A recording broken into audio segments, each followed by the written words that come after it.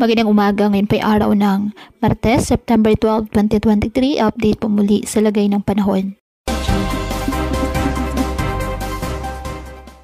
Patuloy pa rin na minomonitor ang dalawang low pressure area na nasa loob at labas ng ating Philippine Area of Responsibility. Ang mga nasabing low pressure area ayon sa Pag-asa ay mababa ang tsansa na maging bagyo. Ngunit nagpapaulan na po ang trough ng low pressure area na nasa loob ng ating PAR silang bahagi ng extreme northern Luzon.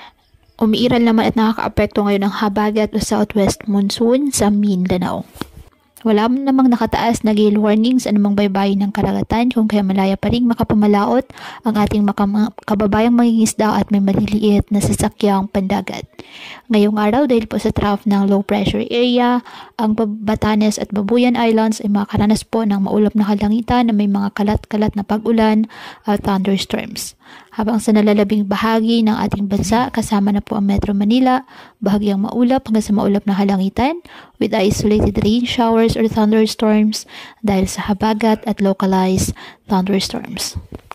Kaya pinapayuhan ng ating mga kababayan na may maingat at maging alerto po sa mga posibleng pagbaha at pagguho ng lupa at ugaliin na magdala palagi ng payong o kahit anumang panangga sa ulan sa tuwing lalabas ng ating mga tahanan. At yan po muna ang update sa lagay ng panahon ngayong araw. Muli patuloy po tayo na mag-ingat at palaging tandaan, God loves you. Stay safe and God bless.